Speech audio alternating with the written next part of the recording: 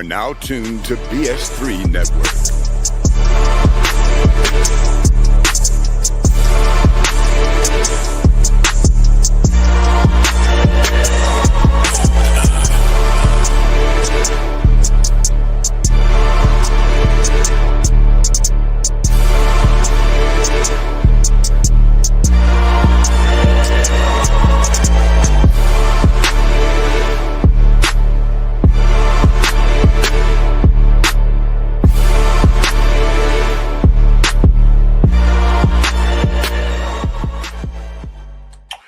Bring back the beat. I need to assign this to Alexa. So when I wake up in the morning and say, "Good morning, Alexa," she can just start playing this shit. Yeah. That'll get you up and going. Wouldn't it? Yeah. Is this the best that you have for me? I will destroy you.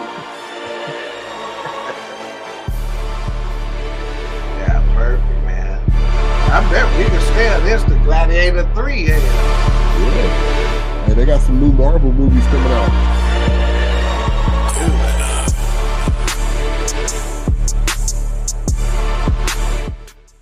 All right, welcome back to another episode of the Fourcast. It is the 2cast as of right now. We got HRap coming in the building. What's going on, HRap? What's happening? What's buzzing, cousin? All right. What's up, Dawk? What's up with it? What's up?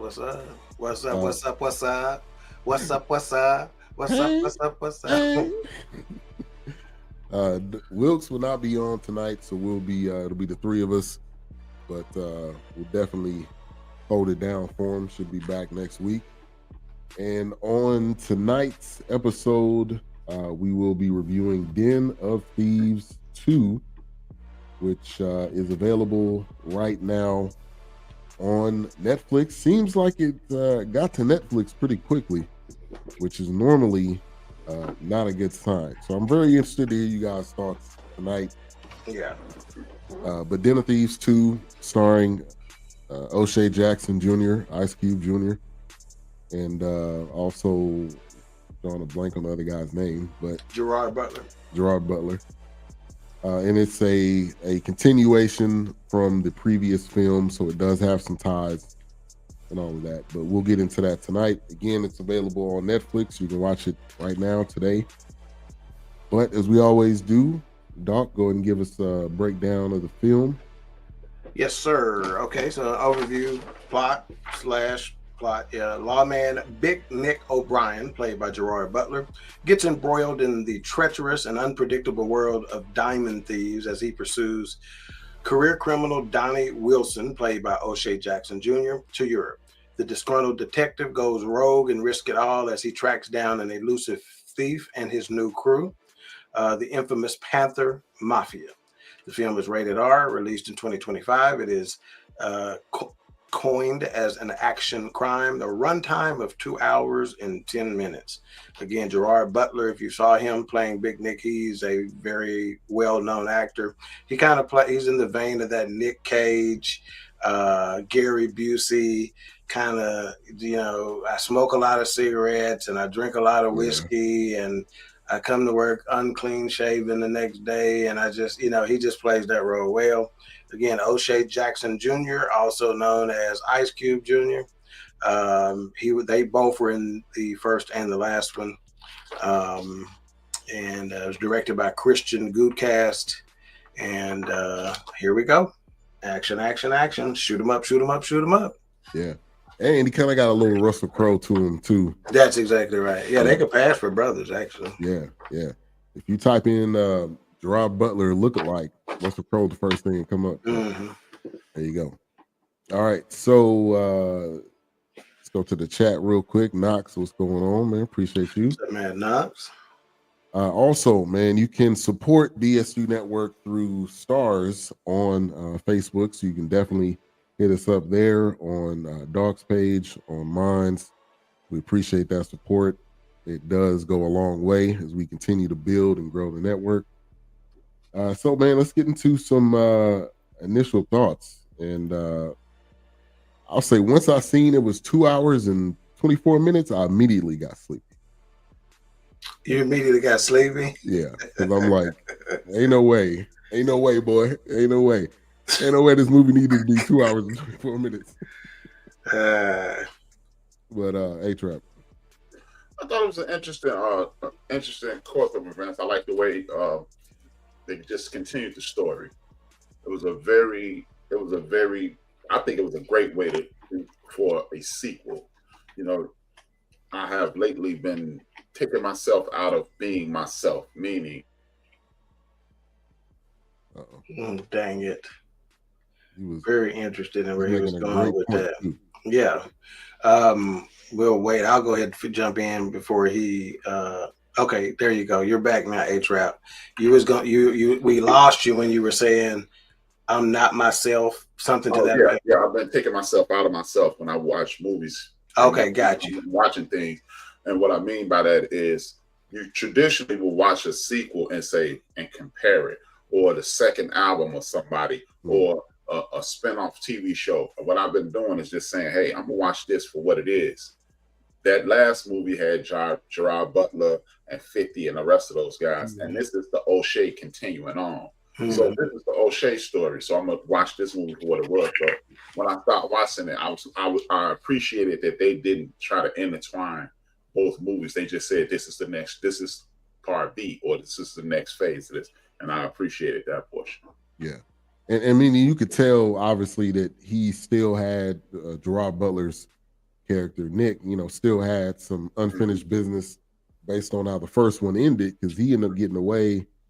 And so I feel like that was good. I agree with you there. Yeah. It was interesting because my wife had asked me, and she goes, do I need to see part one before we watch this? And I'm like, maybe. I don't know yet. It may be good that you have seen part one, but I was only it was back in 2018, so we're talking about 7 years ago. So I wasn't 100% familiar with it. And strangely enough, I went back and watched one after I watched two, just so I understood some of the stuff that I didn't understand or may not have understood, or just to see what am I missing out on. Pablo Schreiber, was the head of the gang before. In part one, they did a heist of the Federal Reserve building, one of them in a particular state. I can't remember what state that was in. Say that again. California. Yeah, started by robbing an armored car or a truck, and did it that way. And again, Pablo Schreiber, if you recognize his face, again, he wasn't in part two because he got killed off in part one. So did 50 Cent. However, 50 Cent is an executive producer on this project, part two, as well as O'Shea Jackson Jr. is a executive producer on this. You're seeing this more and more. I guess actors are negotiating this into their contract to put a little money on it, get an executive producer title, probably represent some back end money, if I had to guess, which is smart. But I personally think it can stand alone, though. Even if you hadn't seen part one, it can stand alone. But like HRap's point, I thought it was well done how they did link them, in the sense that, and when you go back and watch one at the end, they're setting up part two. It took 7 years, but they're setting up part two to where O'Shea Jackson Jr. is somewhere else, and that's where he first. And they even say what it was going to be about, because he goes, where do you work? And he goes, is that the Diamond District over there? So they already set up what the next deal was going to be, Yeah. So that particular part one, again, had Pablo Schreiber as the head of the gang. Now, O'Shea Jackson Jr., I couldn't tell if he was the head of it or if that lady, her name is Cleopatra. Cleopatra. Probably was her code name or something like that. Yeah, her name as an actress, she's Evan Ahmad. Her real name is Giovanna, but her gang name is Cleopatra. So it made it seem like Ice Cube now is the new head of not Ice Cube. O'Shea Jackson Jr. now is the new head of the mafia, Panther Mafia, and not her. but because that one white guy was referring to him as boss and stuff like that, sarcastically, Right. and whatnot. But I'm with HRap. I like the way they kind of tied it in, but you could still watch it as a standalone. Yeah, and I think it was the Cleopatra, because she was the one that kind of brought everybody together when they met. Now maybe it was somebody that was more so above her that was kind of the main orchestrator, but she was kind of the. I think it was between her and O'Shea Jackson Jr., also known as Donnie. Right. But I do want to say this as we get into this conversation. O'Shea Jackson Jr. has carved his own lane. He is not just Ice Cube's son. What he did in Straight Outta Compton, what he's done in these two films. I don't know a lot of other things he's done, but I think we gotta put some respect on his name. You better. And apparently he's very comfortable because he's eating everything that they put in front of him. And I mean that physically, because he weighs about 75 pounds more than he did 7 years ago in part one. Yeah. He's averaging about 10 pounds a year.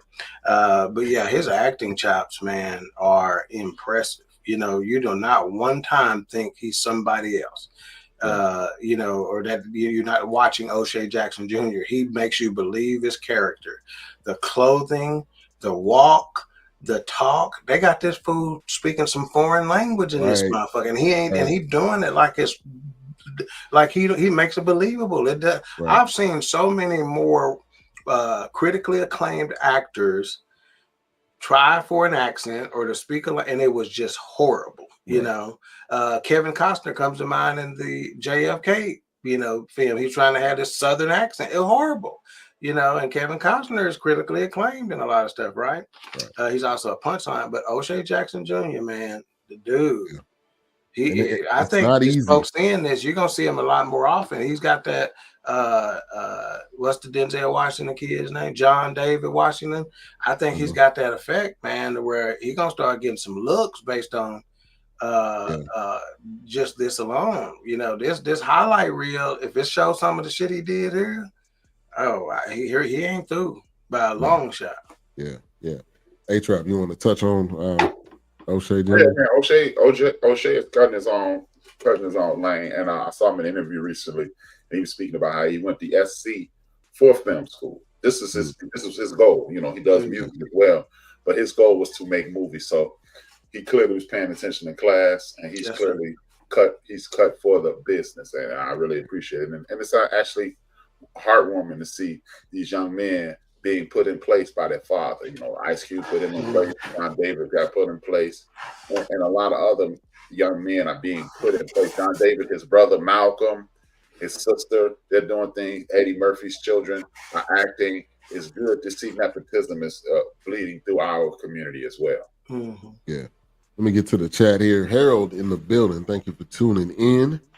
He said, Stone. It was good. Appreciate you. Raider Kev in the building. Thank you. Raider Kev, what's up, man? Hey, Raider Kev, man, you looking good, man. Okay. Pause. Is it? Pause. Man, he been working out a lot, man, doing like 3 to 5 miles a day. Wow. So, man, shout out to you, Raider Kev. You definitely an inspiration, for real. That's what's up. Blue Streak in the building. Thank you for tuning in. Changed up the Abby photo right there. Appreciate you. Let's talk about nepotism before you go too far off of it. Yeah. Okay, because that's been big lately, especially with LeBron James. Right. Right. People have been talking about nepotism in our community. And me and some of the brothers that I grew up with, have a group chat, and we've been talking about that. And, some folks was like, the white folks been doing it for years. Now they're going to criticize such and such and such. I'm like, yeah, we didn't have as many opportunities to do it. So we're doing it now. I said, guess what? They were criticized when they were doing it. We were criticizing them. How many times have we heard the story of corporate America, owner or CEO or some hot big time executive? I'm going to bring my son in and groom him for this. It ain't because his ability is no better than mine. I done been here 10 years already, and I'm a beast. You're going to bring this little kid in, and So nepotism has been alive and well, and we've been fussing about it forever. My one problem with the nepotism nowadays is the fact that we get so sensitive when we criticize for it. Who gives a shit what they saying about it, or that they critical of it? Take it. So what? Yeah. We've been critical of them. That's the reason why the whole silver spoons is a thing. It has a negative connotation. Oh, he was born with a, they even got some funny ways to say it. He was born with a Range Rover up his ass, or whatever the case may be, or he had a gold-plated bassinet or crib or whatever you want. You're gonna get criticism with nepotism. That doesn't that shouldn't discourage us from doing it. And I'm not focused on the criticism. So what? If I'm gonna give you one word, hey, we're finally able to do so. Yeah. Setting up your family for success, whether it be a son or a sister or a brother or a whatever, setting your family up for success because I have some access that I didn't have before is what it is. Yeah. Redicare says, so you're saying nepotism is not a bad word. Shocking these days. Mm-hmm. No. Yeah, man. I think it's a bad word just simply because we have been programmed to dislike the young man LeBron James. Let's just bring the elephant into the room. I hadn't been programmed to dislike him. I disliked him before they was even talking about whether we like him or not. Yeah. The general public has been programmed to dislike that guy. I mean, I don't understand what he's done wrong. And as long as we allow people as a society to tell us who to and who not to like, it will be a problem. And I've never you don't hear anything about, you never heard anything negative about John David. You never heard anything negative about Charlie Sheen or Emilio Estevez.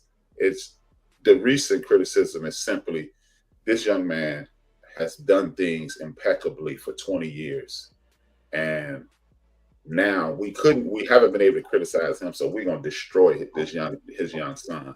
And that's why I think the problem lies. Nobody ever said anything negative about John David. As I reiterate, what is his name? What's my man's name? You just aforementioned, dude you just mentioned, Nicolas Cage. This is Francis Ford Coppola's son. Nobody talks about that. It's been going on for decades, and it's just. Hold on. Nicolas Cage is Francis Ford Coppola's son. I didn't know that. His real name is Nicholas Coppola. What? Yes. See, that's my point. That's my point. We're not even addressing it. LeBron James came into an entity in which it's allegedly about competition. And he said, you know what? Y'all going to criticize me. These people are going to pimp me out like they did Kevin Garnett, like they did Charles Barkley, like they did Oscar Robertson, just to name a few. And then at the end of my career, they're going to try to hand me a championship. And he said, no, I'm going to go for what's best for me. And people criticize him for that. And he's been telling people, look, I'm gonna do what I want to do, when I want to do it, and how I want to do it, what we all aspire to do. And that's why it's a problem. I mean, LeBron James' son is the 55th pick player. Yeah, I would challenge anybody who's ever criticized Bronny James to tell me anybody else who were picked in the 50s that you know of. I don't care if it's your damn brother, but you can. So, and that's what I think it is. I think it's more of a criticism of he broke the mold. And when you break the mold in regards to something, you will be criticized for it. He's done nothing wrong. You don't have to be a fan of his. I wasn't a fan of Michael Jordan, and I'm a born and raised Chicagoan. I wasn't a fan of Kobe Bryant, but I've never come out my mouth and said he's not this and they're not great. And that's my only issue. That's where I see this whole thing in regards to nepotism. It's that dude broke the mold of sports. I'm not going to wait for y'all to do what y'all supposed to do. I'm going to go and do to me, LeBron James has done exactly what me, my cousin Mike and Vince, my homeboys, my man Alex, my man Larry, where we sit around in class and say, hey man, when we get older, we're going to get drafted and we're going to leave out whoever draft us, we're going to leave the team and go play for the Babs. And me and Alex would say, we're going to play for the White Sox. That was our dream. They actually lived out. Dale Strawberry and Eric Davis left Cincinnati Reds and the New York Mets and went and played for the Dodgers. LeBron James did it when the whole world was watching. That's the only difference to me. And I think the biggest thing with nepotism that also doesn't get talked about is you still got to do something with it. So say John David Washington was given this opportunity and all of his movies was bad. He didn't put the time in. He didn't put the work in. And then you would say, okay, that didn't make any sense for him to get that opportunity. So at the end of the day, you still got to do something with it. And that's even if you're giving it. Ronnie and other nepotism cases, because at the time when the criticism was at its highest, he was sucking. Well, and he in college, I mean, I think he should have stayed another year, just to be honest. I mean, I think if you want to, your path to the NBA, and if you want to jumpstart that path when you get to the NBA, you need to have minutes of experience of playing, and he didn't really play a full freshman year. So I think that's where some of it started. But now, I mean, he's scoring, I don't know what he's averaging, but, there's multiple games he's scoring 30, 40 points. So he's getting in some of that, I think, that experience, in the G League, which is good. But at the end of the day, you got to do something with it. You can only, and that's why numerous jobs we all been on, us or somebody else, has said, hey, my cousin can do this job. And guess what? Your cousin, your brother come on a job and he come in late, and then you end up getting the brunt of the issue. We've all seen this situation before. So this has been going on for decades, years, however long you want to say it, but it's just a matter of what the person does with it. I think that's and to counter the point Dawk made, here's the sad part about that, Dawk. He didn't do well at the beginning, but LeBron James Jr. is averaging 2.3 points a game. The fifth pick in the draft is averaging 2.8. Mm-hmm. So it's two ways to look at it. He should have been the sixth player picked. Well, we need to relax. Yeah, most people picked at 55 are not going to be significant in the league. Period. Period. And the draft, the draft is a luck of the draw, regardless. Mm-hmm. Yeah, Doc, you remember Morris Claiborne, who was like the seventh pick in the draft? Out of LSU, cornerback. Yeah, and sucked ball. It says you right. All right, so so O'Shea, I just wanted to go through his kind of filmography real quick. So straight out of Compton, he was in Janky Promoters. I seen that film. I don't remember him being in it. Den of Thieves, obviously. Godzilla, King of the Monsters. I remember he was in that. Yep. Just Mercy, Cocaine Bear, which was a crazy movie. It was actually entertaining. We didn't review Just Mercy? We did. Mm-hmm. I thought he might have been. Maybe he was like, he was a cellmate or something like that. Mm-hmm. He's in a movie called Lone Wolf that's going to be coming out. So he definitely polished. He was even more polished than this one, like you said, with the accent, with just the different scenery, looking comfortable. It didn't look like he was just given this opportunity, or he didn't know out of place or whatever. He felt comfortable. You could tell. Yeah, and these some big budget films. Right. So let me ask y'all this thought. Think about all the movies we've reviewed, and this question has never come up, but I thought about it early in this movie. Do big budget films have an edge when it comes to being successful? Does it have an edge? Yeah. An edge when it comes to being successful. Because you can feel it. Like if I didn't tell you anything, but just let you see, the first 5 minutes of a big budget film, including the, introduction. This is where they do the, New Line Cinema, folding out thing, or, the lion roaring, whatever, versus an independent film, going through that to the first 5 minutes of the film. And most of those situations, you could tell which one was the big budget and which one was a shoestring budget. So I'm thinking to myself, do they have a jump? You'd think so, right? You think so. But there's a lot of independent films that were fantastic, but it's something that it's some kind of feel that a big budget film gives you to where it has an edge mentally for you when you are watching it. Yeah. To say this finna be a good movie. You know what I'm saying? And I think sometimes with some of the lower budget, which is not really a bad thing, it becomes like a cult classic because it's something that you catch on to from your culture, something that you catch on to with the preview of it. I mean, there's been multiple films that were a lower budget, but they blew up because it had something in it that kind of got your attention. And then I ask this question: with this film going to, I don't know when was it released? Because it seemed like it was released in it was this year, but January. Big Illinois told me April. Sony has a agreement with Netflix, 90 days, and then it's on Netflix. Okay. Because I was like, is this the norm or is this film? Nowadays, it was released January 10th.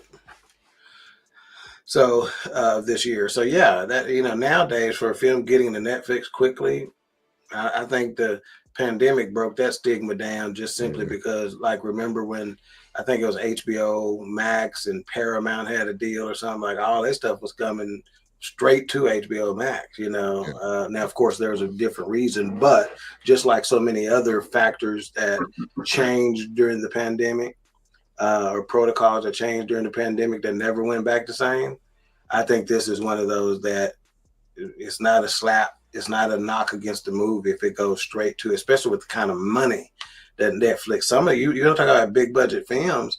If Netflix does a movie that is one of their originals, a Netflix original or a Hulu original or some bitches is some big budget stuff. They got nothing to be ashamed of. My shit went to, this is different than straight to DVD, right. Or whatever, or DVD in 90 days or whatever the case used to be, right? So because it went to streaming so quickly, I don't think that's a knock at all. Yeah. CJ, been in some questionable film. You talking about, I don't know if you're talking about O'Shea Jr. Then he says, but that shows versatility and range. That can't be mad at that, though. I don't want to get caught up on a big debate about this dude, but he's killing it in the G League. And I'm not saying that to be funny. He's a second-round pick, and he's showing potential. He's doing something with the opportunity because I can't name, honestly, any other player in the second round. Or the first for me. Yeah. Yeah, and that's going to be more and more the case. I mean, Unless college football, college basketball, they one and done. If you're not a college basketball fan, you're not going to be familiar like we used to be. Yeah. We used to could tell you probably the first 3 rounds, Yeah. And speaking of that, the championship game is on right or coming up or on right now. On right now. If this was the football championship game on a Monday night, y'all wouldn't have seen my black ass. But the basketball, tell me about it in the morning. Shit. Yeah, Houston's. I didn't even fill out a bracket this year. Yeah, me either. Surprisingly. But all right, so dinner. And there you go. You mentioned Houston, and Houston, we got something to give a shit about. Because Texas hadn't won, the state of Texas hadn't won a lot of NCAA championships. So this is an opportunity that's rare. So it's got more interest than the average, Yeah. And shout out to Sampson, Coach Sampson. He's been around for a minute. I don't know if he's ever won a championship. So I'm definitely rooting for Houston, even though Houston is the arch rival of Dallas. But I'm gonna ride with Houston. Can't ride with Florida.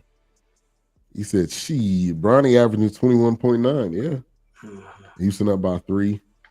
I watched it on bootleg. Don't really care for it. They got bootleg still. At they're probably selling it outside the Sweet Georgia Browns. She said Ice Cube Jr. is sexy, though. Okay. I used to get them at the Shell on the corner of Count Wisdom and 67 in Oak Cliff. Hell. Used to bring them in the barbershop. Mm-hmm. It's actually a good game. Let's go, Houston. All right, so I think I like the opening of the film. I want to get y'all thoughts on that. Obviously, they jump right into it. Mm-hmm. I like how the films like this start because you don't need I don't need a storyline. I don't need you to break it down for me. Get straight to the point. Show what these guys are doing, and I felt like it definitely was a great intro to the film. Dawk. Yeah, agreed. That was one of my notes. I was like, very organized heist to start. Loved it, immediately. They were showing their skill, all of that. So, yeah, I loved it. Yeah. HRap? Yeah, for most of it, like the way they reintroduced the character. Let you know that this is what was going on and this is what you need to be expecting. Enjoyed it. Yeah, they did something in part 1 that I wish they'd have did because I like when movies do that where the first time you see a character, they just materialize his name under the screen. You know, like they'll say Don, like in the first one was Donnie, Big Nick. You know, so you knew who they were like that. You know, whatever. They didn't do that on this one. They did it in part one. Yeah. And I think to your point, Dawk, I think you had to have at least have some knowledge of one, because in this one, you know, Big Nick, he obviously was going through a divorce. He had some struggles in the first one. So in this one, it makes sense of what his story was. Like, hey, you know, I'm broke and I'm tired of being this person. You know, I want to come up. And so his approach was believable, even though we knew he was doing it, you know, to take him down. Yeah, spoiler alert. He basically, Gerard Butler's character, Big Nick, he's a major crimes detective. Right. And he had some experience with O'Shea Jackson Jr., Donnie Wilson in part one, you know. And so, you know, basically he reached out to him because he knew they were still doing what they were doing and saying, I'm ready to come up. So he was supposedly a good cop gone bad, you know. Right. So he basically put himself undercover, you know, without having a handler, without anything like that. He basically went undercover. But he didn't even try to hide the fact that he was a cop still. Right. You know, and the lady said, I don't mind working with cops. Some of my best crew members have been cops. Right. You know. Don't cross me though. She said, "Don't cross me or don't." Right. Yeah, that's what she said. Yeah. So looking at the plot, man, was Donnie too gullible? Were they too gullible to allow him to join the crew, HRap? No, I don't think so, because remember at the very beginning, when he hit the scene, when he made the appearance in Donnie's crib, Donnie knew exactly what had been going on. They had laid the foot. They had laid out the background work to say he had been terminated. They had did the work to set Ice Cube up. I wouldn't have done it, but I do think that they did the background work to see what was going on with Big Nick. Because remember, he said, "Word on the street is you got fired." Mm-hmm. Yeah. So they did their due diligence. It just didn't pan out in the end. Yeah, and it was a deal where Donnie, O'Shea Jackson Jr.'s character, he didn't really have a choice, because he's like, you know, either you putting me in or I'm running you up for this. So, you know, the opening heist was just a minor one to a certain compared to the one they were about to do. Right. You know, and so you know, he's like, I can run you in for that. I know you did it. You know, you just sold it, whatever. You know, I know why you're here. You know, the building is right there. You know, the World Diamond Center or whatever.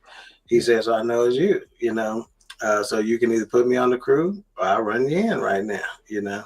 Yeah. And he really didn't give him a choice. Yeah. And Gerard Butler, man, he played that role well in this one and the last one. Mm-hmm. And also, I mean, you think of the experience that he has as a cop, and at the level of at the type of cop that he was, he knew he could use that ability. That would be basically his right-hand man out there. Mm-hmm. Yeah. So you know, so they end up, and the scenery was amazing. Let's just talk about that. Yeah, Nice. And, wow. Yeah, Nice is now on the radar. Yeah. All right, 34-30 Houston. Came the dream. Yeah, they didn't let him on the court during the celebration. I don't know if y'all seen that video. Mm-mm. Yeah, when they won, what was that, Sunday? Yeah, the Saturday. security guard wouldn't let him on the court, which he is Houston. All right, right. Through Houston. This dude put Houston on the map, period. Right, period. Like pro and right. This dude was the face of Phi Slama Jama. He was. Yeah, you looking up at him like this, and you're like, nah, you can't come in. Mm-hmm. Yeah, but he he held it down. He didn't let his emotions get the best of him. But some of the spots in this film, Belgium, France, obviously, like you mentioned, Italy. I mean, it was. And you go back to the big budget. If this wasn't a big budget film, I don't know. You might have been at Lake Ray Hubbard, nigga. That's where he'd have been. The lake I took HRap on. Yeah, you don't know where he would have been. So I mean, it does go a long way because you have the ability, the scenery, the camera shots, and all of that was done very well. Now the And by the portion, way, it's not a huge, but it's a $40 million budget. all That's right. not huge, by comparison, Yeah, I mean, I don't, like we'll be talking about the big budget films. I referenced this series. I wasn't referencing it for the show per se. I was just saying, hey, check this out. First on the call sheet, number one on the call sheet. Yes, Will Smith yeah, pretty much broke down why he's the man. He said because before him and Eddie, they were saying, "Oh, black movies don't travel." So he said, and he forced them to start promoting like it wasn't a black star, which plays into the Dawk's question. Is it the big budget or is it the promotion that comes along with the big budget? Yeah. And I think we've seen it in music, in the music industry, right? With some artists that some artists blow up, some don't. And the first thing they generally say is, you didn't promote me. You didn't put money behind getting me out there, So yeah, HRap, that is a big reason why. But now promotion is different because the artist can jump on social media and promote it probably better than you can do on a commercial. Because I mean, who really watching regular TV right now? I'm not. Put CJ comment up right quick because I need to comment on this. No shade to Lake Ray Hubbard, I promise you. And they doing some more building around it now. That look at here. HRap, if I took you right back to it, you would be like, "Is this the same like we was on, or you moved your boat?" It's gonna be like that, Yeah. So no, but it does not compare to the scenery and neat stuff. So regardless, and it's luxury, not just for broke folks. I promise you, it's not. It's big money on Lake Ray Hubbard, big money, old money. Right. But you can't compare that shit to Nice. Yeah. I said, hell, Galveston was my first beach I went to a couple of times. Too. And it doesn't change. They done built Galveston up. Your water gonna be brown, but that ain't because it ain't ocean water, big ocean water. It's just because it's in the Gulf, and that's the way the geography is. Yeah, Charles Barkley was like that dirty ass water. Yeah, it just keeps it churned up because of the way the coast is down there in the Gulf of America.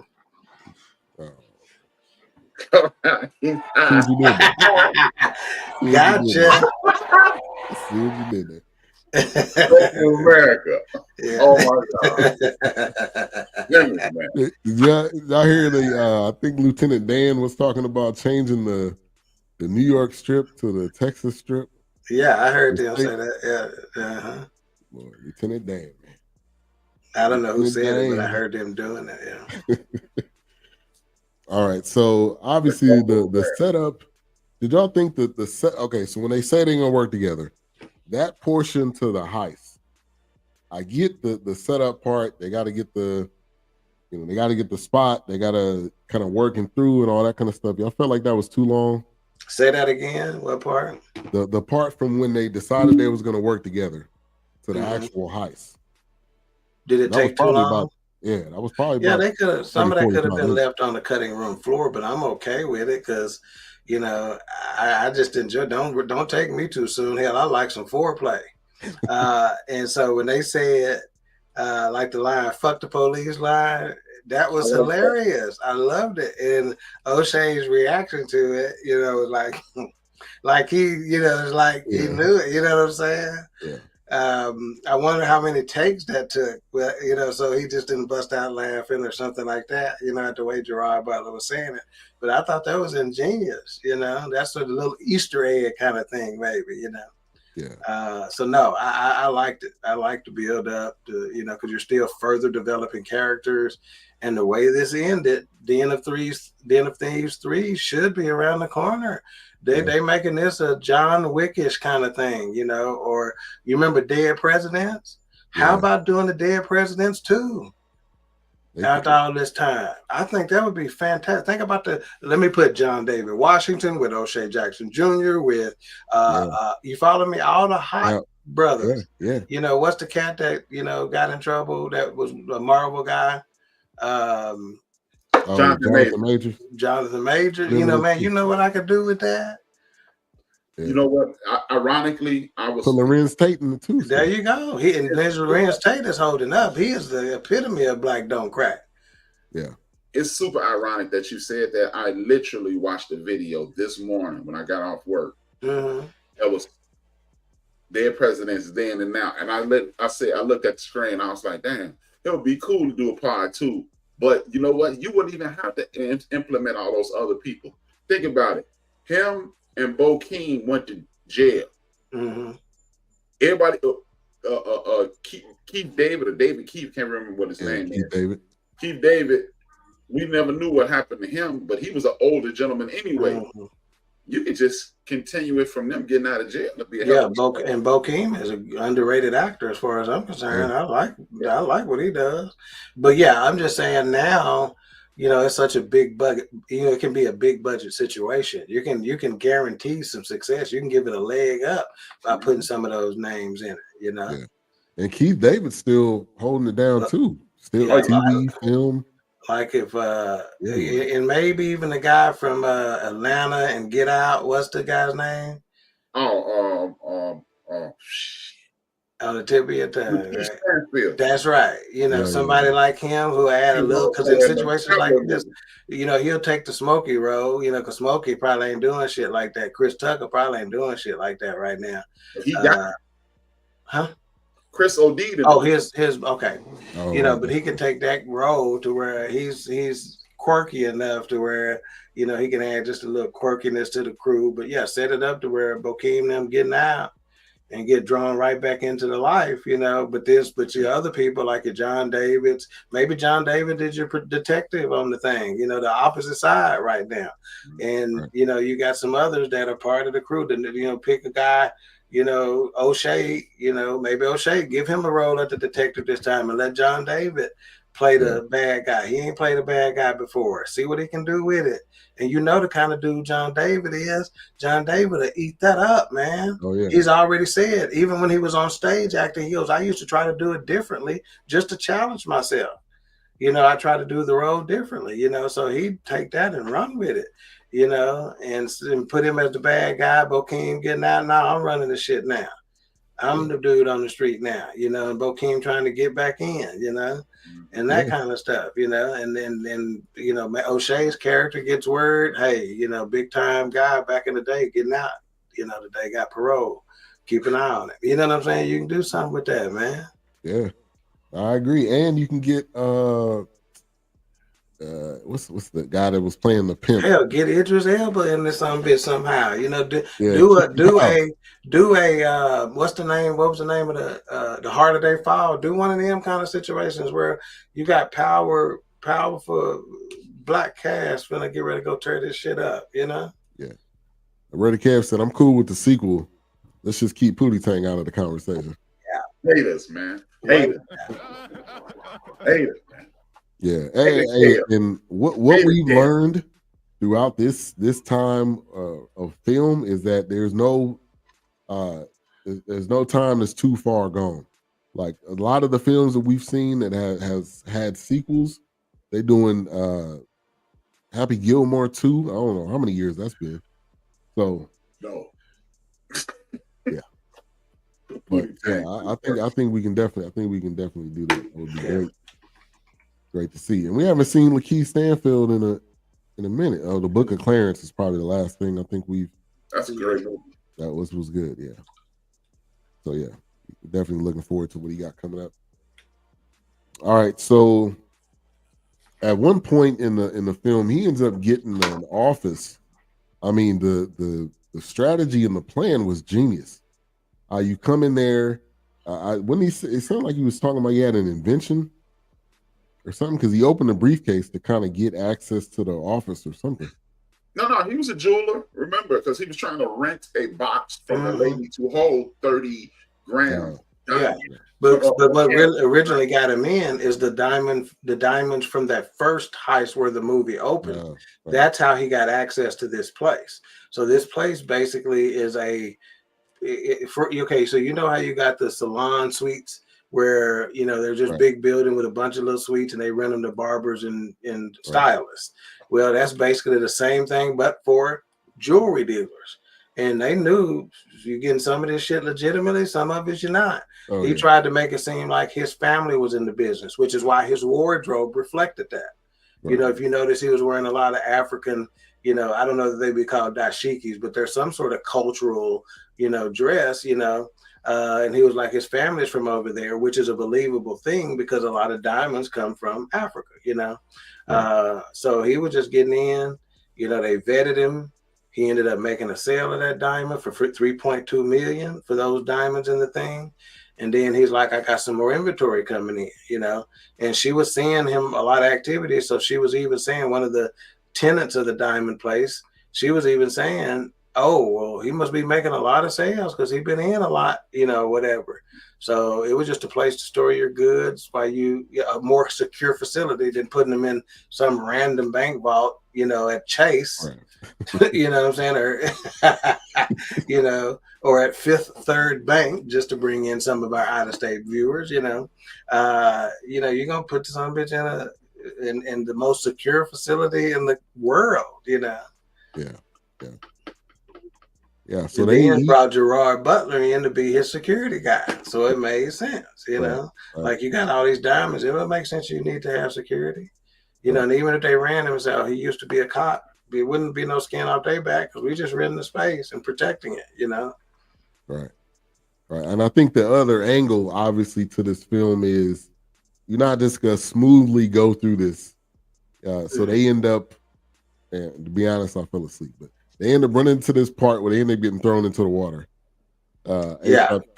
You know why? You remember why HRap they end up getting thrown in the water? Yeah.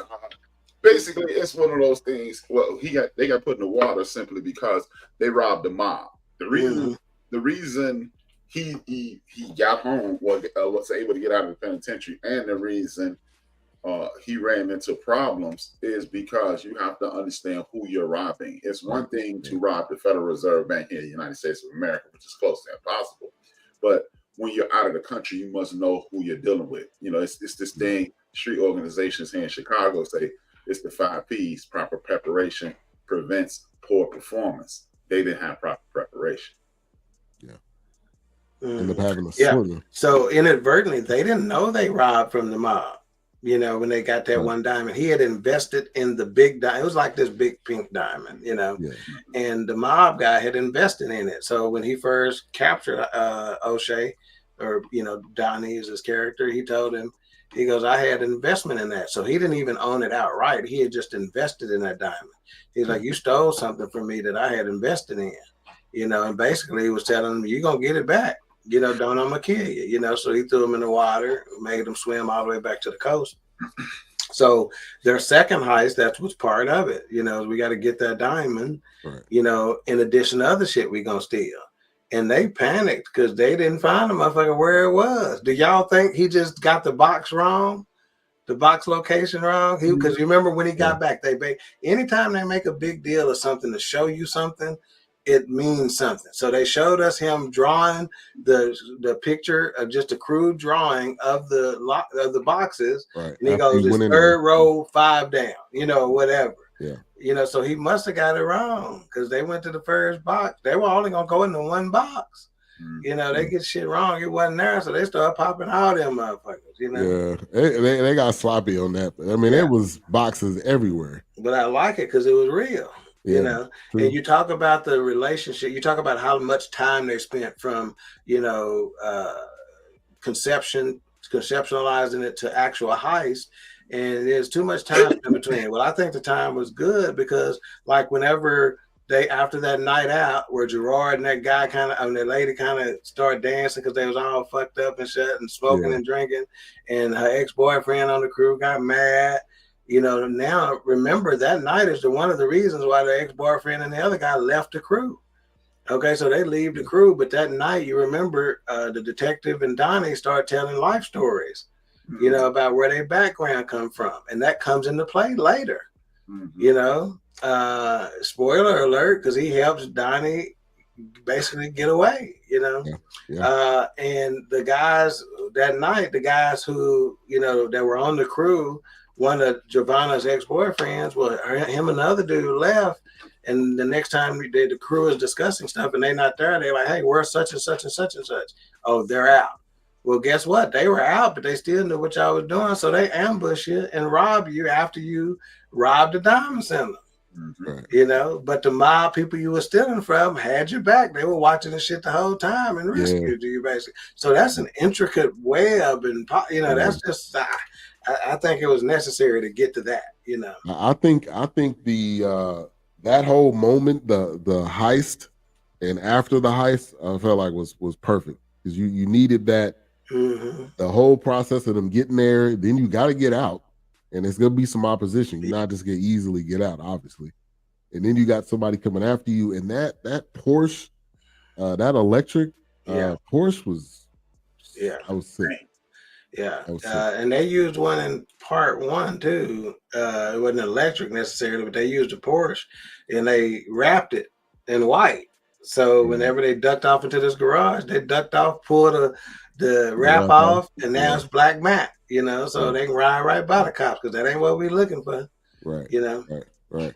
And I want to ask you a question. You mentioned it being too long, and I hope it don't come off as like an attack. But what's your issue with the longer movies?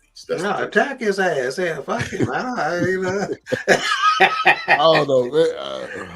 Because he's sleeping. That's man. why. That was I'm why, like you, HRap. Dude, that's a good conversation, because people often talk about with a movie too long. If the shit is good, I want it to be 4 hours. Right. You understand what I'm saying? I don't care. Yeah. To me, the lead up was kind of slow. I think if the minute from the heist, obviously, to the end, I felt like was great. But the other, I mean, you probably could have cut 30 minutes out of there. But I think. I don't think so. Simply, allow me to interject. Yeah. I don't think so, Ben. I think the younger generation, and I hate to sound like get off my lawn guy, I think your generation has missed out on the art of storytelling. Y'all want to get to, like Dawk man, the meat. Foreplay. Y'all want to get to the meat of the story. Yeah. But when you have the developing of the story, it makes it more believable. That's right. Like the moment that y'all just spoke about, when they were sitting there swapping war stories, I really appreciated that, because it gives you the perspective. I think I would argue that O'Shea played a major role in that portion of the movie, because it showed you 2 point of views from 2 different worlds. O'Shea, I became a criminal because I was in this world and I had nothing, and criminality was the route in which it chose me. I was in survival mode. Gerard's story is similar to O'Shea's, but he said, you know what, because I have a different relationship with the law, I took the legal route. Yeah. I think that because his daddy got shot by a criminal, and that made me want to go chase criminals. So they both got their shit legit, and you couldn't do nothing but respect it. I respect how you became a criminal, and he's like, shit, I see why you became a cop. It made sense, And it just shows you the world. It shows you the 2 different Americas that we live in. You got one side of America that I'm gonna join that group to get people like you, and I don't see any other way out but to do that. Yeah. Both sides are right. It's this one line in this one of my favorite songs called Stress. And the line is, what's the meaning of crime? Is it criminal robbing innocent people every time? And that's what we were faced with. O'Shea broke the law, but I don't see any other way out. And it's easy from a person who's never crossed that line to say, well, you shouldn't. But I've never been in a position where I didn't think it was another option either. Yeah, so that's why nigga, I got close before. And mentioning and speaking of Camp Wisdom and 67, I'm gonna tell you this. Here, just again, we talk about how movies just spark conversations for us, right? Now think about it. I'm a successful entrepreneur now. business partners in a couple of different businesses, got books in the pipeline, home on, I'm doing well, right? But there was a time to where I'm telling you, partner, I was walking down the service road of 67 headed toward Camp Wisdom, looking to make a move with heat in my pocket because it was hard. That's real talk. It was hard out there for a pimp. To make the money for the and week. I thought better. I can't say what made me not do it, but I thought better of it. So sometimes that's just the way the shit is. And you left with what you don't believe to be, any other options. Yeah. But yeah, HRap, you're right. You're spot on, man, about the length of the stuff and the art of storytelling. And again, it is the reason. Number one, the country has always been cowboys and Indians, ain't it? It's always been cops and robbers. Shit, that's what we play as kids. Mm-hmm. And it's the reason why. How many movies have you watched where you're rooting for the fucking robbers? Right. You know what I'm saying? Yeah. We rooting for, and guess what? They give us enough times to where the robbers get away with it. Yeah. They give us enough of those. So, I think it's very necessary, and I'm like this, if the movie is good, I know how to pause it. Now we can pause. Back then, shit, you ain't gonna miss it because you got to get up and go to the restroom. You can't pause and nothing like that. Now we can pause the shit. You can pause and take your nap and wake up and finish watching it, Right. Now sitting in the movies for 3 hours, even I've done some long movies like that, but they were good epic films, and it don't feel like 3 hours when they good. Right. Yeah. Because one of the things, it's one of my favorite movies, but I have issue with it because it was cut short. Malcolm X. Believe it or not, as long as Malcolm X is, it should have been 4 hours long. I mean, look how long The Godfather is. Nobody complained about The Godfather because the story is epic. The Godfather 2 is even longer. It's an epic story. That's a good example. That's a good example of a movie that it could have been 5 hours, and I'm in. And Malcolm X was what, 3 tapes? It's so much to think of. Like, I introduced my son to it, and I had him read the book first. And BJ was pissed because this might have been the first book BJ ever read that didn't have anything to do with school. BJ was like, "Well, Ella," because BJ fell in love with Malcolm X's sister, and then he was like, "Who is this Brother Baines dude?" And I was like, "That's Hollywood." Mm-hmm. Yeah. Brother Baines, like most people who watch Malcolm X to this day, every day, does not realize that Brother Baines is not a person. Brother Baines is a combination of Reggie, Malcolm X's brother Reggie, and this dude named Bimby. So just imagine how much longer if the Bimby character develops and then him reading with Reggie. That's why I was just asking, man, because I think y'all get cheated. Y'all really get cheated. Dawk can relate to this, and I want you to respond to this as well, Dawk. Do you like the Marvel movies first before I even ask? Oh yeah, I like it. I do. Yeah. I know. There's so many I can't keep up, but yes, I love it. Yeah. Okay, but this is something else me and BJ covered. Me and BJ was watching one of the Marvel movies. Said, "You like it?" Because he was expecting me to get an old man answer. I said, "No, I was digging it." I say, "But the problem is they robbing you of your imagination." He's like, "What you mean?" I say, "They can all do it. They can do the things that they are able to, their powers." And then I pulled up on YouTube the $6 Million Man. And me and Dawk used to watch this dude who could run 100 miles per hour. Yeah. Run in slow motion, and I wasn't in Texas, but I damn sure bet you Dawk ran down the street in slow motion a bunch of times. You better believe it. And that's throwing rocks, going real slow. You throwing it slow, and I think that's what y'all missing out on. Yeah. Because we saw the story develop, and I think y'all missed out on it because y'all like, get to the meat, let's go. Because I got something. Even the Incredible Hulk that was on TV at the time with David Banner, Yeah. What's his name? Lou Ferrigno, was that the? Yeah, he played the Incredible Hulk. David Banner played him before. Yeah, Bill Bixby paid him before. He turned. Yeah, Bill Bixby was Bruce or David Banner, and all you saw Bruce do was turn around, look at the camera, and his eyes were green. Right. And then just after that, Lou Ferrigno coming out. Lou Ferrigno come in, and he would just stand up and throw the jacket off his back. And he'd be that he ripped his shirt that he just ripped off. Yeah. And his pants all of a sudden too short. You saw it. In your mind, he was like, oh my God, this is something else. And then it's like, nah, it ain't something else. It's whack when you flip it. But that was terrible. But in my mind, it was like, ooh, it's gonna go down. Yeah. Yeah. So I think y'all miss it. I really believe your generation and younger, y'all miss out on that. Yeah, don't make me angry.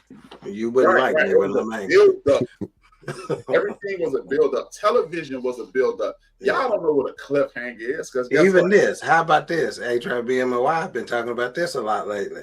Because there's a couple of shows we watched together that only drop an episode a week. Mm-hmm. That used to be the only way you could watch the show. So that's part of the build-up. But now, I hate waiting a week. Exactly. Guess what? Every show that waits and sit there. Yeah, but every show that waits a week to drop an episode, those are some of our favorite shows. So there's something to it that makes it even better when you gotta wait. That's so when they did the Game of Thrones spinoff, I don't remember what Yeah, House of the Dragon. We were ready to watch that every week, even though you knew it was still gonna be on Max. But you're right, there is something to. At the same time, every week you sitting down to watch it. Hey Ben, how about this? Hey, dog, watch this, Ben. Hey Ben, how about this? If your ass miss it tonight, your ass ain't gonna see it. Ain't no VCR. Ain't no going back and watching it later.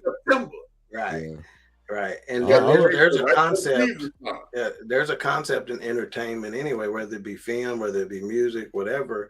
You always leave them wanting more. You know, so that's the only justification to a certain extent being for a shorter film. You know, like how many times have you watched a movie like, dang, that's it? You mad it's over. You know, that's always leave them wanting more, you know. Yeah. So that's the only drawback to that, but that's one of the reasons why these shows that just drop every week, they doing well. Yeah. Hey, speaking of Game of Thrones, I didn't get on to the Game of Thrones until the last, like they was like, the new season come out in 4 months. So when I started watching the whole series. Yeah. And by the time I got through with the series, the new season, the last episode of the series. Yeah. So people were like, didn't you hate when this happened? I was like, no, because I didn't sit around for 4 months. Right. Hey man, what's going on? Yeah, I mean, I'm watching it still. Like we weren't watching it during that time. Yeah, it's still on Max. We like binge watching. I envy you. People who have not seen that, The Sopranos, Boardwalk Empire. Do you know if I had those series to watch now, knowing what they are? Oh, I'd be so happy. Breaking Bad, all these series, man. That if you hadn't watched them yet and you still got the opportunity to watch, yeah. And Sopranos, obviously, it changed TV. Yeah, it changed TV. People will argue, to the end of that ending. Yeah, what that meant. Did he get shot? Did they ride off into the sunset? Yeah. Did it blow up? Glad it ended like that. I hated it when it happened, but I'm glad. Yeah. Yeah, because that leaves the conversation going. I mean, as a filmmaker, that's what you want. You want your film, your show to be endless and people to talk about it, forever. Yeah, that's why I was like, man, when you said that, Ben, I was like, damn, that sucks that he wants the movie to be shorter. Because I'm like, and it's not necessarily all of them. Like I like some longer films. Obviously, Avengers was the last one was probably like almost 3 hours. Now those movies, I ain't gonna lie, man. I love the comic book movies. I'm a comic book nerd. When I see 3 hours, I'll be like, man, I watch this shit. I can spit this up. Right. But, I sometimes I'll watch a movie over a couple of 3 days. If I find me a good movie on Netflix or something like that, I don't always just consume it in one setting. I'll watch it over a few days because it's gonna pick up right where it left off. It's still gonna be just as good. Yeah. And I'll be waiting till the last minute. That's part of my problem. It'll be Sunday. After doing all the stuff Okay. during the day, and then I'm like, all right, we about to sit down and watch this. And 30 minutes in, I'm gone. Yeah, I end up watching it while listening while driving. You 40? Yeah. Yeah, that come along with that 40th birthday. Yeah. You sit still long, and boy, you sit still too long, and you getting. Yeah. It's over. Yeah, somebody was in the Stars press box yesterday. Not Nosing? yesterday, Saturday afternoon. Oh. Yeah. Yeah. I'm telling you, man. With the flagship station. Oh no. Yeah. Oh no. All right. So Gerard Butler is actually from Scotland, which I didn't realize that. Good day, mate. The accent, to be able to flip it, he's kind of got that Idris Elba. You hear Idris Elba talking, and you hear him in an acting role, completely different. So you'd be surprised at how many people from foreign countries, actors from foreign countries, it seems like they make it seem like having an American accent is easier than us trying to have one of their accents. They do it so well, it makes it seem that way. Yeah, that's right. That cat. Yep. I blew me away when I realized he was from somewhere else and heard him in an interview. Yeah, that's wild. The main characters from Queen and Slim are England. I mean, one of them from Nigeria, one from England. Yeah.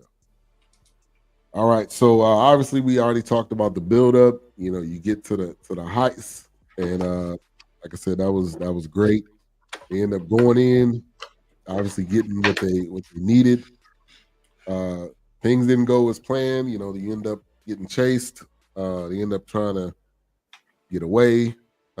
He ends up interacting with and Nick ends up kind of being the last one, and everybody else ends up leaving, which I felt like was interesting. That was a very interesting part to the film, because you knew he was obviously the one that was in too deep in the whole situation, but him being kind of left behind, that did give you a little bit of suspense, and that wasn't predictable, because you thought, all right, they would have all got away and end up fighting group against group. So kind of talk about that, HRap, him being the one kind of left behind, having to kind of fend for himself and end up waiting on the car to catch him. But you know what? That's what they think about it. That's what they talked about the whole movie. Every heist they spoke about. Remember, when they were leaving out for the final heist, and remember Dawk talked about the wrapped Porsche. When they pulled in, what Cleopatra say? Hey, y'all going over there, because if anybody get caught, we're gonna hold your money. We're gonna get you right, we give it to you later. So that was their par for the course. Hey man, and remember when they put that gang together, when they put the Panther gang together, they said, hey, we work separately, because if anybody get caught, nobody tell. So I thought that was ingenious. Yeah, that was their first time bringing everybody together. They questioned it, and stuff like that, and had a problem with it. So yeah, I agree, HRap. Yeah. All right, so they end up getting the diamond that they needed, and a ton of other stuff, and that Porsche was great. That was dope. They end up getting through in that tunnel. They end up realizing somebody else is chasing them. That was a great scene. Obviously, in an action film, you got to have cars and guns. It's gonna happen. And then the scenery of them driving fast through the hill and through the winding roads. That was perfect. So the action parts of it was great. I can't deny that or say anything about that negative. It kept you entertained.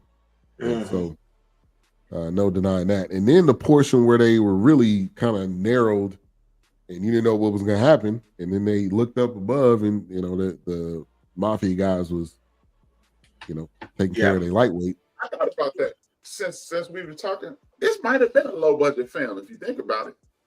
Well, in comparison, it really at $40 million is not. If you think about just some of the what's the movies Jackie Chan and Chris Tucker was playing in? Rush Hour. At some point, Chris Tucker was getting $20 million a film just by himself. So in a big budget film, you get to 40 million just in paying actors, just like that. So yeah, you're right. This may not be considered a big budget film by today's standards. Because Rush Hour 1 was 33 to 35 million was the budget. So that's what I was about to say. Any standards, because it may be less expensive to do a movie in Europe. Possibly, Maybe. Quite possibly, yeah. Maybe.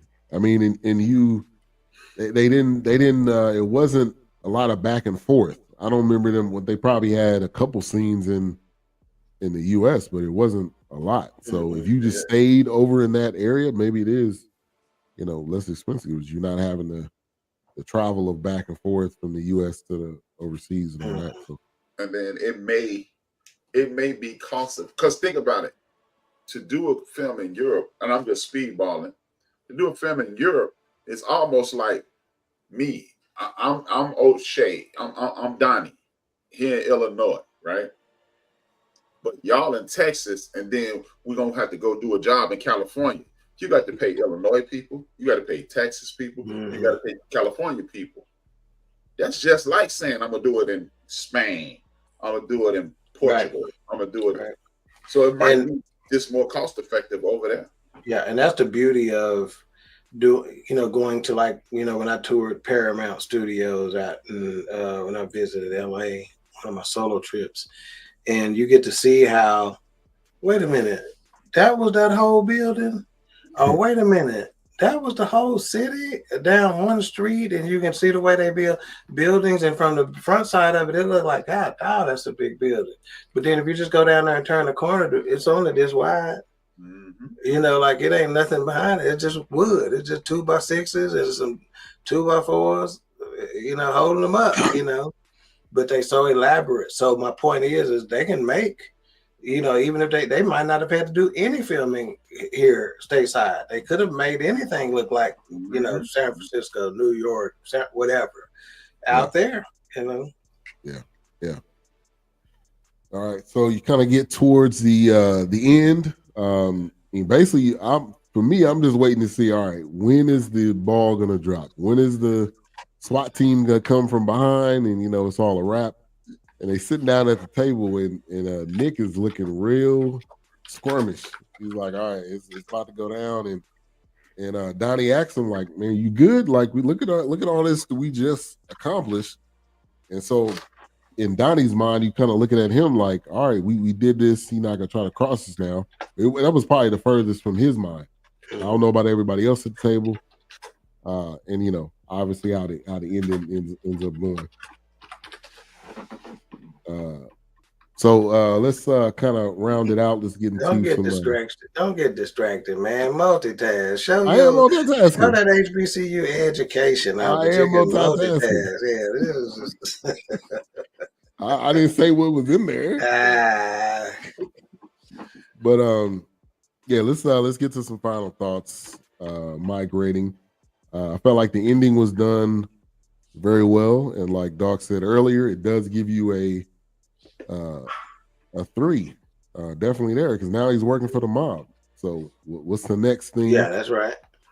Do you need? Let me ask this: do you need Big Nick though again, or is this more of Donnie's story continuing? Yeah, that's a good point, man. I think you can get away with it without having Big Nick there now. What's the point? What would he be doing?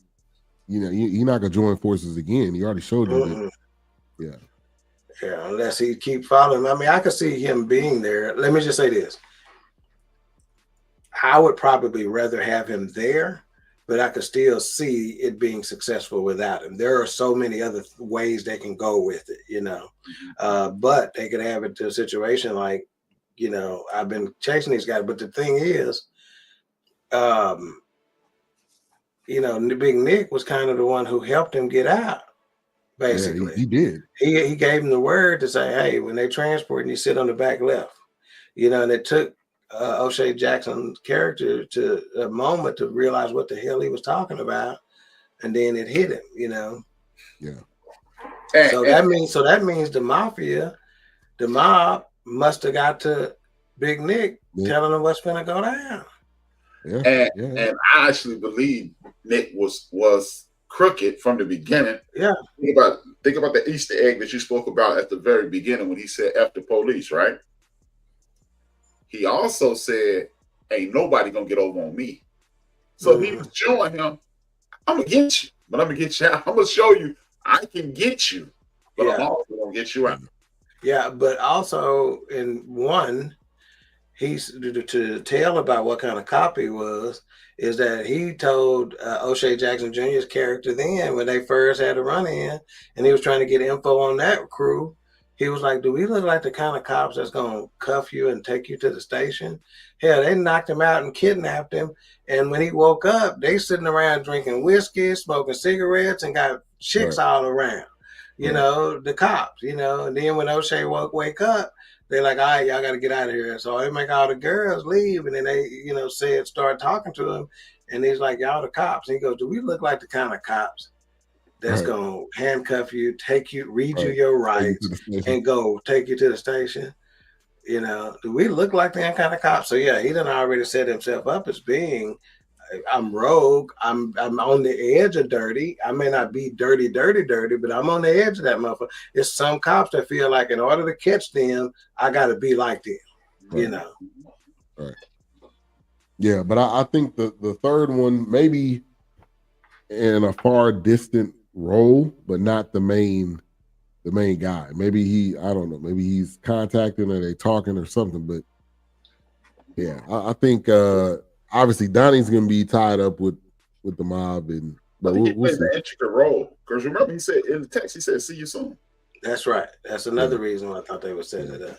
Yeah. You know, like that. You know, and there have been movies like that before, right? Where the cop and the robber, so to speak, have a relationship over a period of, you know, films. You know. Yeah. So I could see them using them again, and there'd be plenty of ways to do it. He may not be in the same cop role. They may do it to where now he's part of some spy organization over in some foreign country, or, you know, whatever, you know, how they run into each other again. You know, you just never know. Yeah. Yeah. Just like with Fight Night, you know, they had Kevin Hart and Don Cheadle hated each other at the beginning. And then at the end, you know, they buddy working with each other and trying to solve the crime. So, you know, we'll see. But they definitely set it up well. So we'll definitely say that. All right. So final thoughts. Mike, rating, HRap. I mean, I think it was a very good movie. I wouldn't say it was a great movie. I think it was very good. It was interesting, kept me intrigued, kept me locked in. So I would give it a 3.5, Mike. I came into it 3.5. I'm leaving out 3.5. So, you know, yeah, it was solid. You know, I would recommend it for just, you know, I would, but it's a nice watch. Yeah. All right. Dawk? Yeah, well, you know, I like to start by telling what the critics say. So IMDb says 6.3 out of 10. Rotten Tomatoes, 63%. Metacritic, 60%. So they're right in that same range that HRap is in. I probably would give it 4, you know, just because of the storytelling and how they tie some stuff together and how they circle back on some stuff, you know. Like, we didn't know Big Nick was the one setting them up, you know, and all that other stuff, you know.